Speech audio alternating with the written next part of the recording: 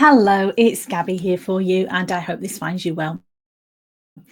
Thank you for listening to my podcast. This week's episode of Confidence After Cancer is all about advocating for yourself. And the good news is that no one's coming to save you, but you don't need them to. So, I'm going to talk about why self advocacy is crucial, especially for cancer survivors who are returning to a normal life, whatever that is. So, first of all, what is an advocate? You might have heard this term, I'm not sure if you have, but basically, it's somebody who supports a cause or a group, a champion, supporter, backer, defender. And quite often, I find that women are very good at supporting and advocating for other people, but not for themselves. So me tell you a little bit about my story. When I finished my cancer treatment, I thought everything would just fall back into place. I believed that my doctors, my employer, even my family would know exactly what I needed to get back to normal. But the reality was really different. I remember sitting in a meeting at work feeling completely drained and overwhelmed, while everyone else expected me just to jump back into my own old role without missing a beat. And it hit me like a ton of bricks. No one was going to magically understand what I was going through. No one was going to come to my rescue.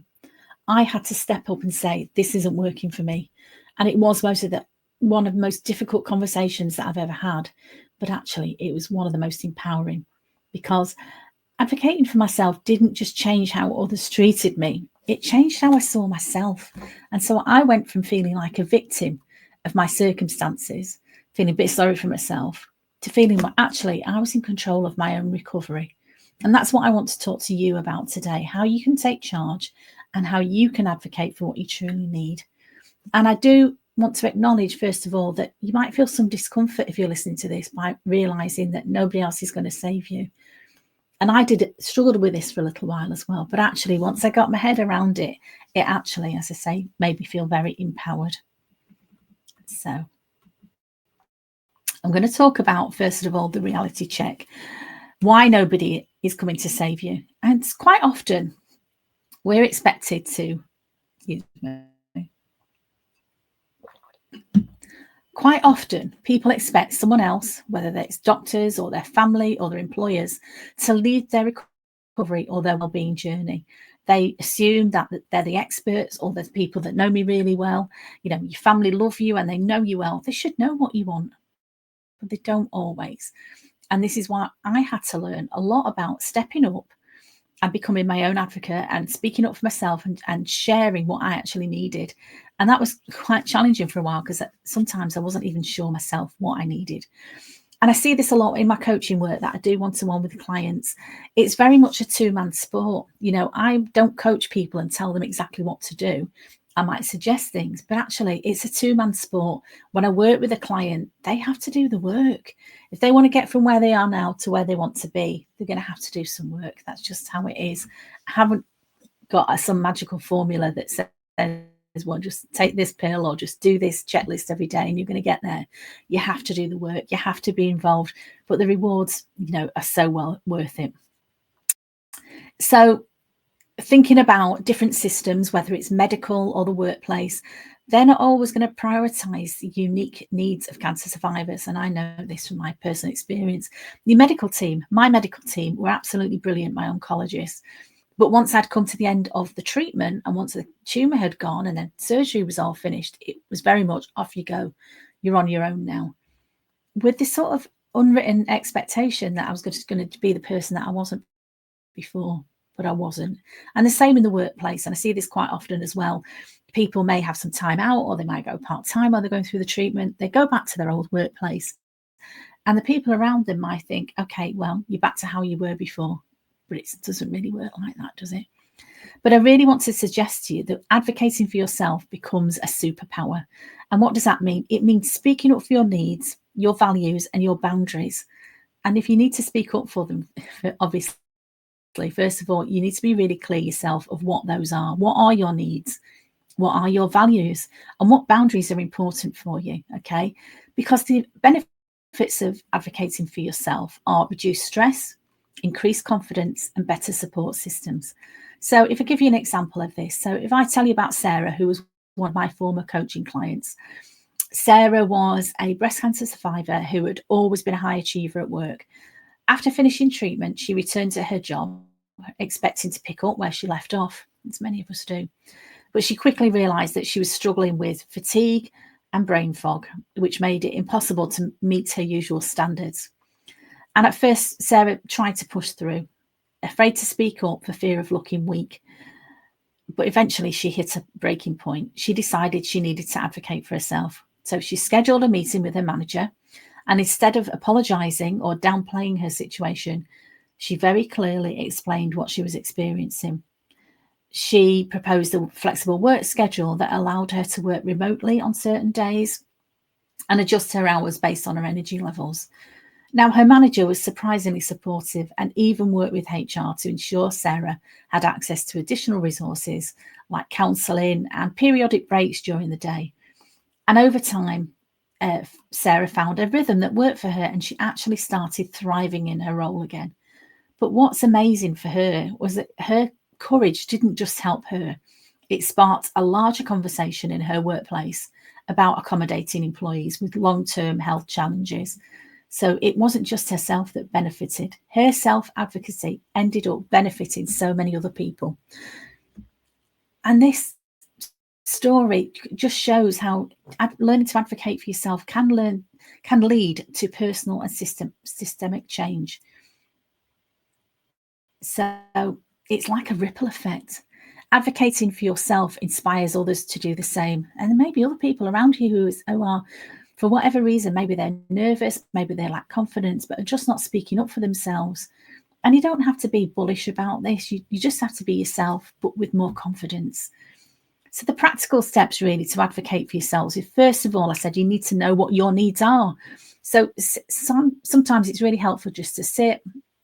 I do like, I'm old school. I like a notebook, sit with paper and pen and think about, well, what do you need emotionally, physically and professionally? What is going to help you? And be really clear on what your non-negotiables are. Like, okay, is it a flexible work schedule that you need? Is it rest time?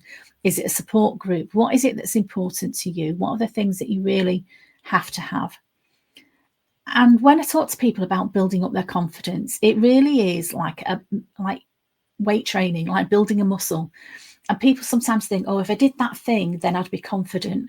But sometimes doing the thing is the thing that gives you confidence. Does that make sense?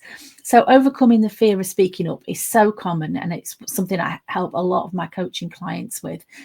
But I'll give you a little tip. It's just practice with small tasks and build up to bigger ones. Okay, if this is something that feels uncomfortable for you and you think, I really want to improve my confidence, start with small things and build up. The more you do it, like building a muscle, the easier it will get. Okay. Setting boundaries is one of the most common things, again, that I work with coaching clients about. And it's essential if you're going to advocate for yourself. You have to have boundaries. You cannot afford, health-wise, to be a pushover. And you must learn how to say no without guilt and say yes without resentment. Okay. Another tip I would give you is to find allies. So to identify supportive people in your network, whether it's your family or at home or in your business, whatever it is, but find supportive people around you who can amplify your voice, who are going to make you feel comfortable, give you that confidence to be clear about asking for what you want. And sometimes it's joining groups or communities with similar experiences for encouragement. And I've talked about this before, about online groups and the power of finding your tribe, people who've got experience of going through what you're going through. You don't have to feel like you're on your own, especially now with the internet. It is so easy to connect with other people who are in a similar situation to yourself. Okay. The other thing I'd ask you to think about is staying resilient, because life is full of ups and downs. We know that it's not always going to be plain sailing, but again, like building that muscle, it's about building your resilience. So address setbacks. And what can you do if your advocacy is ignored or dismissed? So I'm going to give you some strategies here for staying persistent and staying hopeful. Okay, first of all, I'd say just don't take it personally. Remind yourself that a negative response is quite often more about the other person's limitation than your worth or your needs. So try and reframe that rejection. It's not a rejection of you, but a lack of understanding or resources on their part. And seek to understand the why. Ask politely, very politely, ask for feedback or clarification. Can you help me understand why this request isn't possible right now? This approach keeps the conversation open and may uncover hidden barriers that you can address. Okay, you might want to think about adjusting your approach. If your initial ask was dismissed, try rephrasing it or breaking it down into smaller, more manageable steps. So, for example, instead of asking for a complete schedule overhaul, propose a trial period for a flexible work schedule. And that's something that I did when I asked for flexible hours and I wanted to reduce the number of hours that I was working. I thought of all the things that my manager might be concerned about, what would happen while I wasn't there. I had a plan for that. And I proposed a trial period and it worked really well because it sort of kept me on my toes as well, thinking this isn't something I can take for granted. And actually my manager then could see that I was making it work, I was making the effort, but I could reduce my hours and it did work well.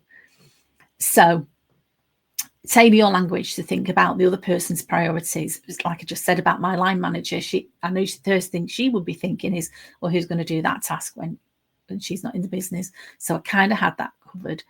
Okay. I talked before about finding your allies. So if you can find somebody in your network or your workplace or your community who can advocate on your behalf or support your cause, it will give you that more confidence. And sometimes a message delivered by another person can carry more weight. So in my example of the company that I used to work for, if I hadn't have got the answer that I wanted from my line manager, my next plan was to approach one of her peers and have a very softly conversation with them about the challenges that I had and see if I could get another ally there. As it turned out, I didn't need it. Unfortunately, things don't always go to plan. So I would always recommend, if this is in the workplace, document everything. Keep a record of your requests, responses, and any related conversations. And so if advocacy is required in a formal setting, such as the workplace or the medical system, having documentation, for me, always strengthens your case and keeps me on track, keeps me focused on what I'm going to talk about. And if you need to, be prepared to escalate it. So if you're at work and you're not getting anywhere with your line manager, can you escalate to their manager? Can you escalate to HR? If your needs are consistently ignored, consider escalating to a higher authority. It could be HR, it could be a union rep if you're in a union, or a patient advocate. A lot of hospitals now we have PALS. It's like a patient, I can't remember what it stands for, PALS, but basically it's somebody you can go to if you've got a problem with your hospital. But when you are escalating, remember to remain calm and professional, presenting your case with clarity and evidence. You don't want to be dismissed as somebody who's like overly emotional or somebody who's making a big thing out of nothing, because you're not. You are asking for your needs. So another strategy for staying persistent and hopeful is to revisit your why. So remind yourself why you're advocating in the first place, whether it's to protect your health, support your recovery, or maintain your confidence. Reconnecting with your purpose, remembering the reason why, it can renew your determination. Okay. My next tip I'd give you is to celebrate small wins. So progress doesn't always happen overnight. Celebrate even minor successes, such as scheduling a follow-up meeting or finding an ally who supports your cause. This is all progress. It's all going in the right way. So celebrate those small wins. Give yourself a pat on the back. Okay, practice self-care. And I know I talk about this a lot, but it's because it's important. Advocating for yourself can be draining if this is a new thing that you're learning. So make time for activities that replenish your energy, whether it's journaling, meditation, spending time with loved ones, or just having more sleep, more rest. Rest is not a sign of giving up. It's a strategy for staying in the game. Replenish your energy so you can move forward. And another tip I'd give you is to focus on what you can control. Okay, so instead of dwelling on setbacks, which I must admit in the past I've had a tendency to do, shift your energy towards actions that you can take. So, for example, if your workplace won't accommodate your needs, think about other options like seeking freelance opportunities or a more flexible job. I'm not always going to say that that's the first thing you should think about, but sometimes if your needs and your wants are really not aligned with your company and that they are being very inflexible, it might be something you want to think about. Make an effort is another tip I'd give you, to surround yourself with positivity. Okay, join support groups, listen to motivational podcasts. I do that all the time now. There's quite a few people on YouTube that I follow, or connect with people who uplift and inspire you, because hearing about other people's success stories can remind you that success pays off, that persistence pays off. Okay. Another tip is to learn and adapt. Each setback, treat that as a learning opportunity. Reflect on what worked, what didn't, and how you can adjust for next time. Don't just be hard on yourself and say, well, that didn't work. You're learning. Yeah, you either win or you learn. That's a saying, isn't it? So whatever experience you've been through, you either win what you wanted or you learn something. You might have learned what didn't work. You might learn something about yourself. You might learn something about the other person. Just reflect on that and think about how you adjust for the next time that you want to try. So think about advocacy as a skill that you're mastering over time rather than a one and done effort. You're not just going to learn a new thing overnight. So be kind to yourself. Again, there's a saying, if a child, when they're learning to walk, if the parents told them the first time they fell down, oh, this walking business isn't for you, nobody'd ever learn to walk. What does a parent do when a child's learning to walk? They encourage them, they praise them, even little steps. Yeah, you well done, well done. So try and do that with yourself. When you're learning a new skill, celebrate your successes, be kind to yourself, okay? Another tip I'd give you is to visualize the outcome. So just to imagine what your life will look like when your advocacy pays off. Does that look like better health? Does it look like more balance? Does it look like more increased confidence for you? And this vision can serve as a powerful motivator when things get tough, to get you through the tough times. If you're having a bit of a down day, remember why you're doing it. You're doing this for you. So remember, persistence is just like a muscle. The more you advocate for yourself, the stronger, the more confident you'll become. Every no gets you closer to a yes. Okay. I'm just trying to encourage you here to stay focused, resilient, and optimistic, even in the face of challenges that you may have. We all get challenges in life. It's just part of life. The key is really building your resilience and knowing that whatever happens, you've got it. You're good. Okay, so I just want to really recap what I've just said. Nobody's coming to save you, but that's a good thing because you're here to save yourself. I know you can. I can encourage you. Please reach out to me if I can help you with anything. Okay, and I'd encourage you to think about one area in your life where you might need to advocate for yourself and then take one action this week. Think about one action you could take to move yourself closer to where you want to be. If you need any help with any of this, you know where I am. I'm here for you. I do have coaching programs. I do one-to-one coaching with people. I do online courses. Just let me know what you need, okay? And I will be thinking about my next episode of the podcast. And I'm going to be sharing something you may have heard of, I'm not sure, EFT, Emotional Freedom Technique. And it's a wonderful tool that I use with myself. And I use it with a lot of my clients, actually, for helping just have some magical results whenever you're faced with a challenge. I found EFT is one of the things that I can always rely on to help. So thank you so much for tuning into Confidence for Cancer. After Cancer, it means thank you so much for tuning into Confidence After Cancer. It means the world to me that you're listening. I'd remind you to, if you can, share this episode with other people who might benefit. If you leave me a like or a comment, it helps me to reach more people as well. So thank you for that. And as always, I'd urge you to stay safe and stay sane. Have a wonderful week, my darling. Thank you so much for listening. Take care. Bye-bye.